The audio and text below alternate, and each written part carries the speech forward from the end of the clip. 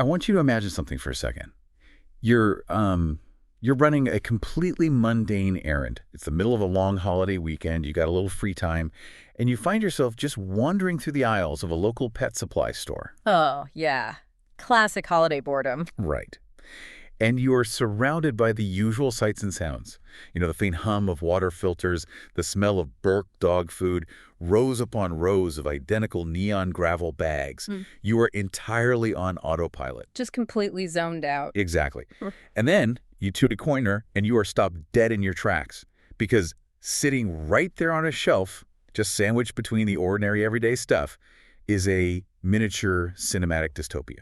It's just such a jarring image to picture. I mean, you walk into that environment expecting the retail equivalent of, like, elevator music. Yeah. And instead, you're confronted with a piece of profound environmental storytelling that's literally captured inside a glass box. Which perfectly captures the essence of the source material we are diving into today. We are looking at a brief but incredibly thought-provoking field note from a fish-keeping blogger named Ang. Really interesting piece. It is. This is from a post titled Notes on Fishkeeping, Part 265, published on June 2, 2026. And the mission for our deep dive today is to explore this exact moment that Ang experienced. Right, because it's not just about fish. No, not at all. We're going to examine how a seemingly simple change in design and color can completely alter our emotional response to a space. It essentially turns a universally peaceful hobby into high drama. Okay, let's unpack this. So the context of this observation is really important to grasp first. Ang notes that it's early June, it's a long holiday, and they are visiting fish shops. But the environment is steeped in stagnation. Total stagnation. Yeah, Ang actually points out that these shops are carrying the exact same stock of fish they had during previous visits. I think the quote is, quite some moons ago. So nothing has changed. Right. The environment is entirely predictable to the point of just being static. It's the ultimate routine. And I think anyone listening can relate to that feeling of moving through a space without actually seeing it. Oh, absolutely. Think about the mechanics of walking through your local grocery store. You don't read the signs. Your brain knows exactly where the milk is, where the bread is. Or even just how you mindlessly scroll a familiar feed on your phone. Yes, exactly. You were just swiping, waiting for something to catch your eye. But your brain is essentially asleep at the wheel. And Ang is strolling around looking for basic supplies, entirely locked into that autopilot state. Which brings up the cognitive mechanism behind that feeling, which is so cool. When you walk into a familiar store, your brain engages in predictive processing. Predictive processing? Yeah. It is metabolically expensive for the brain to analyze every single visual input in real time, so it just doesn't... You take shortcuts. Exactly. Yeah. It literally hallucinates the expected reality based on past experiences just to save energy. It tells you what you are going to see before you even see it. Because Ang's brain was deeply habituated to this specific shop with its unchanging stock, it would require a massive anomaly to break through that cognitive filtering. Right. They weren't looking to have a profound artistic moment. No, Ang wasn't on an intentional search for high art at all, but simply remaining observant, refusing to completely power down the visual cortex in a stagnant space, allowed for this sudden aesthetic revelation.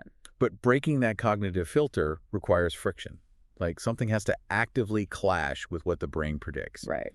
And the thing that jolted Ang out of that holiday autopilot was an aquarium that completely subverted the absolute most foundational rule of the hobby's design language. The deliberate subversion of serenity. Yes.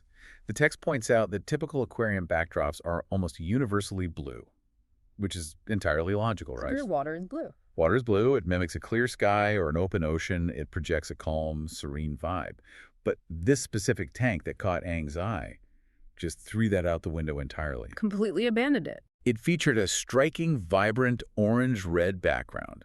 It looked like a harsh sunset. What's fascinating here is the underlying neurological weight of that single design swap. I mean, by simply changing the background color, the designer shifted the entire psychological impact of the tank from ambient to active. Wait, how so? Well, a blue background recedes. It engages the parasympathetic nervous system. That's your rest and digest network. Yay. So it allows the viewer to project a sense of peace onto the fish, but the orange-red spectrum triggers the sympathetic nervous system. The fight or flight response. Exactly. It's active. It signals the end of the day, fading light, the time when predators emerge. Oh, wow. It completely changes the tank from a relaxing slice of nature into a dramatic stage. It creates what Aang perfectly describes as a highly cinematic atmosphere. I have to push back on the application of that, though, because aren't fish tanks fundamentally supposed to lower your blood pressure? Usually, yes. Right. I mean, we see them in dentist waiting rooms and hospital lobbies for a reason. You sit there, you watch the little tetras swim back and forth against the soft blue light, and your cortisol levels naturally drop. That's the standard utility, yeah. So why would a designer intentionally induce tension? Like, why replace a therapeutic blue with an anxiety-inducing orange-red sunset right in your living room? It's a fair question. Doesn't inducing that sympathetic nervous system response defeat the entire point of the hobby? Well, it defeats the utility of the tank as a piece of medical furniture, certainly. Medical furniture, I like that. But it elevates it to a challenging piece of art. I mean, if the only goal of aquascaping is to soothe the viewer, then the medium is incredibly limited. Art thrives on tension. So? By placing a living ecosystem against a color associated with alarm, transition, and urgency, the designer forces the viewer to confront the fragility of that ecosystem. Oh, I see. So it's not just pretty background noise anymore. Exactly. The tank is no longer a safe, predictable little Eden that you can just ignore while you read a magazine. The fish are no longer just ornaments. It becomes a world on the brink. And the specific flavor of that tension isn't just a generic fire or danger vibe. Aang connects this directly to a very heavy cultural touchstone. Very specific. Yeah, the text notes that this vibrant orange-red lighting specifically mimics the visual style of the film Blade Runner 2049. The dystopian aesthetic applied to a biological medium. It is brilliant. Here's where it gets really interesting, because the text contrasts this dystopian lighting with the standard utopian lighting. Right. Think about the philosophical core of aquascaping. It is arguably the ultimate utopian pursuit. Wow. You are basically playing the role of a benevolent creator. You're playing God with a glass box. Literally, you take an empty glass box and you attempt to engineer a perfect, thriving, harmonious ecosystem.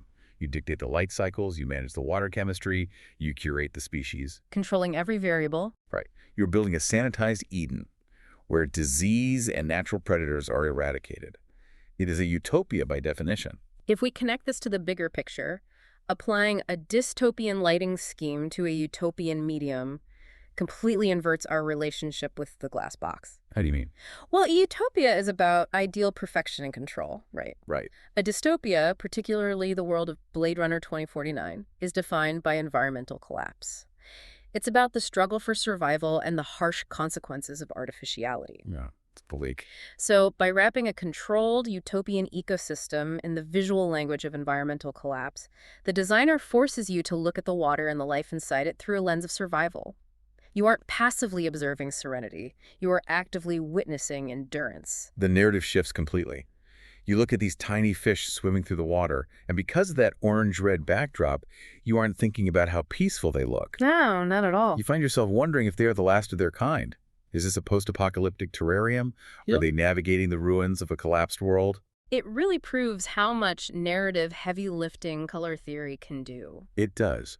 But the color alone can't sustain that illusion, right? Like if you put an apocalyptic Blade Runner sky behind a lush, bubbling carpet of bright green plants, the brain would reject the image. Yeah, the cognitive dissonance would be way too high. It would be like playing a sitcom laugh track during a horror movie. The visual and atmospheric cues would just be at war with each other. Exactly. The architecture of the space must justify the mood of the sky.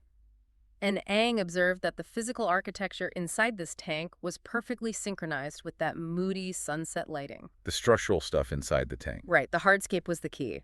Rather than relying on dense, rolling hills of rock or thickets of lush vegetation, Aang points out that the branching structures were kept, quote, sparse and skeletal. Skeletal. It's such a deliberate word choice. It really is. It implies something that has been stripped down to its absolute bare minimum, or something that was once thriving but is now just a remnant.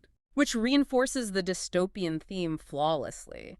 I mean, in a harsh Blade Runner-esque environment, biological life doesn't flourish in dense, verdant jungles. Right, it barely hangs on. Exactly. It struggles. It clings to the edges of the architecture.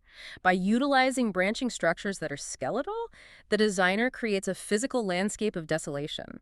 The sparseness of the hardscape validates the apocalyptic sky behind it. But this leads to what is arguably the most fascinating philosophical dilemma Aang presents in the entire piece. The intention part. Yes, because Aang stares at this perfectly cohesive, highly dramatic, dystopian tank and completely questions the artist's intent.